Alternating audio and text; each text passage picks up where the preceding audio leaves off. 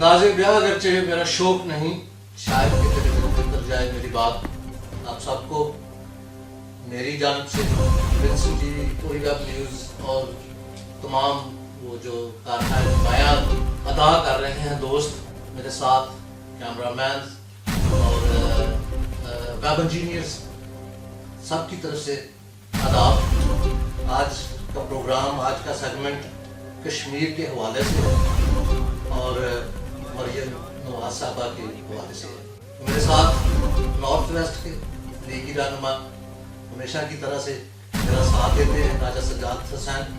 وہ north west سے اپنے سیکریٹریٹ آفس سے مجھے جوائن کر رہے ہیں اور ان کے ساتھ پاکستان سے آئے ہوئے مہمان ہمارے بڑے ہی عزیز جن کا تعلق حالیہ سے ہے، منڈی بہاؤدین سے ہے، جناب سید طارق یعقوب رضوی صاحب، اور ان کے ساتھ خلیق الرحمان صاحب بھی ہیں.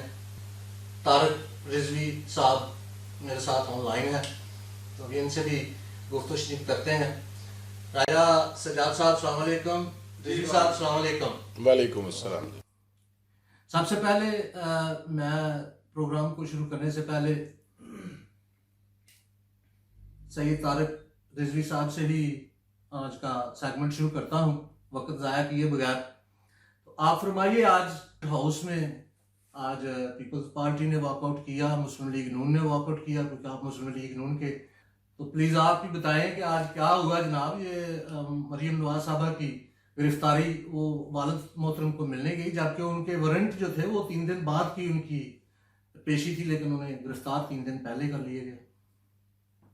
سب سے پہلے تو میں اوری ویب نیوز اور ولسن ٹی وی یو کے کا شکر گزار ہوں کہ جنہوں نے آج پھر مجھے موقع دیا ہے اپنے سٹانس کو بیان کرنے کا اور حقائق کو بیان کرنے کا. Thank you. اور یہ سب سے پہلی تو یہ بات ہے کہ آپ کی میں تصحیح کرتا چلوں، 3 دن بعد کے وارنٹ نہیں تھے.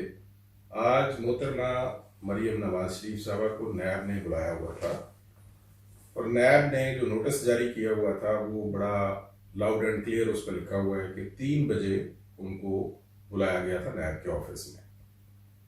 اور سارے زمانے کو علم ہے کہ جمعرات ایک ایسا دن ہے جب میاں محمد نواز شریف صاحب سے ملاقات کوٹ لکھپت جیل میں ان کی فیملی کرتی ہے. دیگر دوست احباب پہ تو پابندی لگ چکی ہے کافی عرصے سے، صرف فیملی کے لوگ ہی جا کے ان سے ملاقات کر سکتے ہیں. تو آج 1 بجے کے قریب محترمہ مریم نواز شریف صاحبہ، میاں محمد شہباز شریف صاحب اور ان کے چند ایک اور عزیز ان سے ملاقات کر رہے تھے. وہ اچانک 1-1:15 بجے کے قریب نیب کے اہلکار اس کمرہ میں داخل ہو گئے جس میں میاں محمد نواز شریف صاحب کی ملاقات جاری تھی. اور میاں صاحب کے سامنے انہوں نے ایک وارنٹ، ایک نوٹس سرو کیا محترمہ مریم نواز شریف صاحبہ کو کہ آپ کی گرفتاری کے لیے نیب کا عملہ باہر موجود ہے. ایک اور عزیز ان سے ملاقات کر رہے تھے تو اچانک 1-1:15 بجے کے قریب نیب کے اہلکار اس کمرہ میں داخل ہو گئے جس میں میاں محمد نواز شریف صاحب کی ملاقات جاری تھی. اور میاں صاحب کے سامنے انہوں نے ایک وارنٹ، ایک نوٹس سرو کیا محترمہ مریم نواز شریف صاحبہ کو کہ آپ کی گرفتاری کے لیے نیب کا عملہ باہر موجود ہے اور ہم آپ کو گرفتار کرنا چاہتے ہیں. اس کے بعد محترمہ مریم نواز شریف صاحبہ نے بغیر کسی مزاحمت کے اپنے آپ کو نیب کے عملے کے حوالے کر دیا اور ان کو گرفتار کر لیا گیا. اب بڑی یہ مضحکہ خیز بات ہے کہ اگر ان کو 1 بجے کے قریب یہ نیب کا عملہ گرفتار نہ کرتا تو یقیناً وہ 3 بجے کے قریب نیب کے آفس میں اپنی حاضری دینے کے لیے وہاں پہ چلی جاتی اور جو کویسچنیئر نیب نے ان کو دیا ہوا تھا اس کا یقیناً وہ وہاں پہ جواب دے دیتی. لیکن کوئی ایسا انجانہ خوف تھا حکومت کو، اور حکومت نے ہمیشہ نیب کو سیاسی انتقام کے لیے اپنے سیاسی حریفوں کے خلاف استعمال کیا ہے. تو 3 بجے کا نیب آفس نے انتظار ہی نہیں کیا بلکہ 1:15 بجے ہی محترمہ مریم نواز شریف صاحبہ کو کوٹ لکھپت جیل سے ہی گرفتار کر کے اپنے ساتھ لے گئے. اس کے بعد جو آپ نے دوسرا ذکر کیا ہے کہ پارلیمنٹ میں کیا ہوا، تو یقیناً پارلیمنٹ میں جو باہر لاؤنج میں ٹی وی لگے ہوئے تھے یا چیمبرز میں مختلف، اس میں محترم بلاول زرداری صاحب نے وہ خبر سنی اور وہ فوراً پارلیمنٹ کے اندر تشریف لے گئے اور وہاں پہ جا کے انہوں نے پوائنٹ آف آرڈر پہ اپنی بات کرنا چاہی. بات کے دوران ان کا یقیناً جو غصہ تھا اور جو ایگریشن تھا اور جو ان کے ورڈز تھے وہ اسی بنیاد پہ تھے کہ ایک یک طرفہ کارروائی، انتقامی کارروائی ایک ہی جماعت یا دو جماعتوں کے خلاف ہو رہی ہے، جبکہ نیب کو وانٹڈ تو بہت سارے لوگ ہیں. عمران نیازی صاحب کی اپنی کابینہ میں بہت سارے ایسے لوگ ہیں جو نیب کو وانٹڈ ہیں، اور جس کا برملا اظہار جاوید اقبال صاحب چیئرمین نیب نے جاوید چودھری کے ساتھ انٹرویو میں کیا تھا کہ اگر میں ان لوگوں کے خلاف جو حکومتی عہدیدار ہیں اس وقت ان کے خلاف کارروائی کروں تو شاید شام تک حکومت گر جائے. اسی بنیاد پہ میرا یہ خیال ہے کہ بلاول بھٹو زرداری صاحب نے اپنے سخت غصے کا اظہار کیا اور سخت ترین الفاظ انہوں نے حکومت کے بارے میں بولے، اور اس کے بعد وہ وہاں سے واک آؤٹ کر گئے. پاکستان مسلم لیگ نون نے بھی اسپیکر آفس کا، اسپیکر ڈائس کا گھیراؤ کیا، اور اس کے بعد پھر وہ لوگ بھی بائک آؤٹ کر گئے، واک آؤٹ کر گئے، اور پھر پارلیمنٹ کے باہر جو ایک ڈائس لگا ہوتا ہے وہاں پہ بھی ہلڑ بازی ہوئی، بدتمیزی کی گئی دونوں طرف سے. گزارش یہ ہے کہ یہ سارے جو حالات پیدا ہو رہے ہیں یہ اس دشت کی سیاہی میں نے بھی اپنے بال سفید کیے ہیں. بہت سارے ادوار ہم نے پاکستان میں دیکھے ہیں پالیٹکس کے. یہ اچھا سائن نہیں ہے، بالکل جو کچھ ہو رہا ہے یہ اچھا سائن نہیں ہے. اور میں یہ سمجھتا ہوں کہ تمام سیاستدانوں کو بشمول پاکستان مسلم لیگ نون، بشمول پی ٹی آئی، بشمول پاکستان پیپلز پارٹی، ہمیں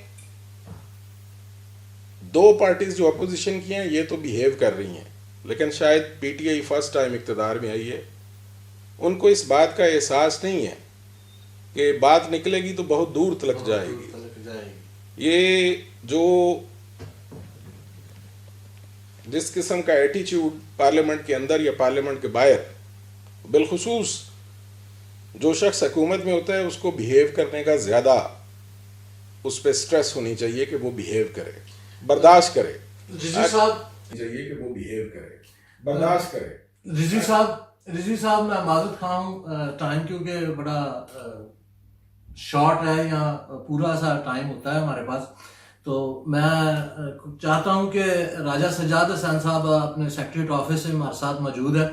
بات نکلے گی تو بڑی دور تلک جائے گی، تو بات تو پہلے نکل چکی ہے اور بڑی دور تک جا چکی ہے، اور وہاں سے ہوا کچھ نہیں جہاں تو وہ گئے ہیں. میں کشمیر کے حوالے سے بات کروں گا کہ ثالثی بھی لینے کے لیے گئے تو ثالثی تو نہ ہوئی. راجہ سجاد حسین صاحب، آپ سے میں آپ کی توجہ چاہتا ہوں، آپ کیا کہیں گے؟ جی بسم اللہ الرحمن الرحیم. سب سے پہلے تو میں ولسن ٹی وی کا دل کی گہرائی سے شکریہ ادا کرتا ہوں کہ جو ہم اوورسیز میں لوگ ہیں ہماری آواز پورے ورلڈ میں پہنچائی جا رہی ہے.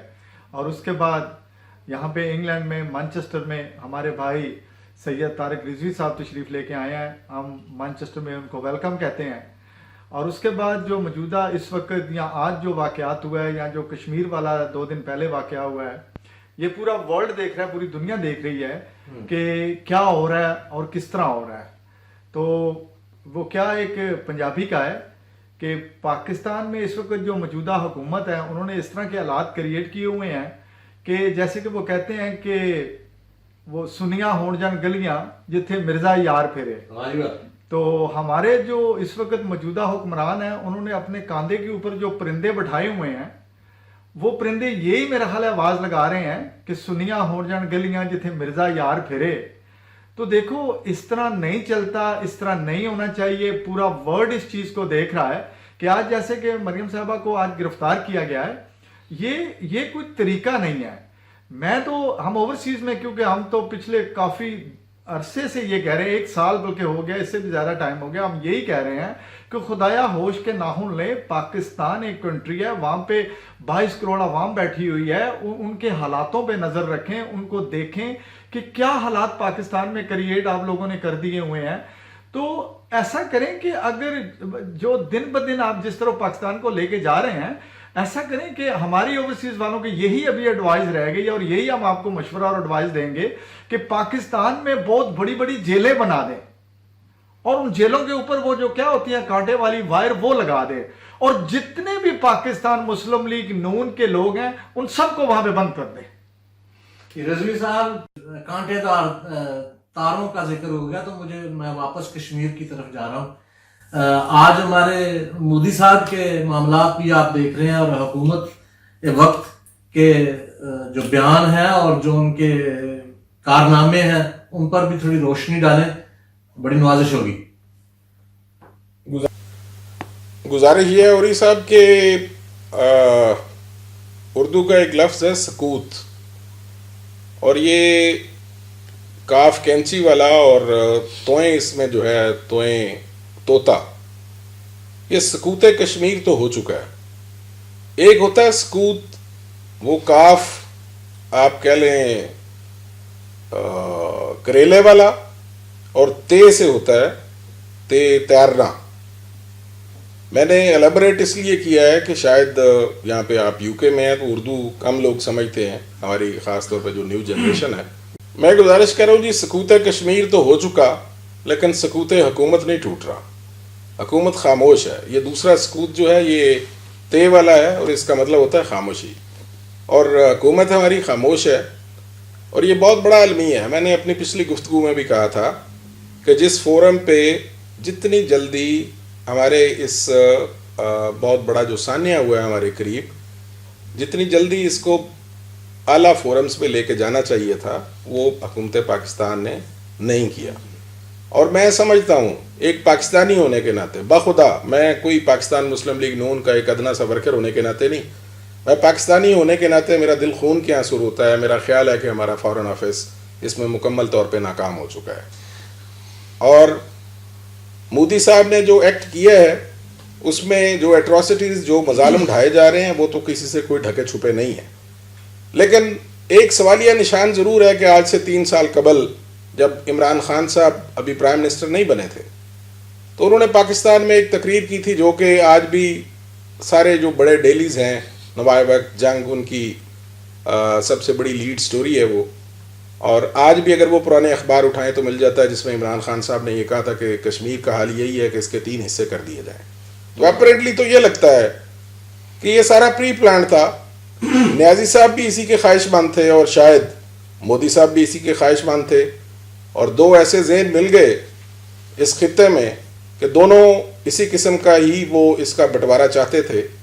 تو پاکستان کی جو خاموشی ہے میں سمجھتا ہوں یہ قابل اعتراض ہے, اور کشمیریوں کے حق کے لیے پوری قوم اپنی مسلح افواج کے ساتھ کھڑی ہے.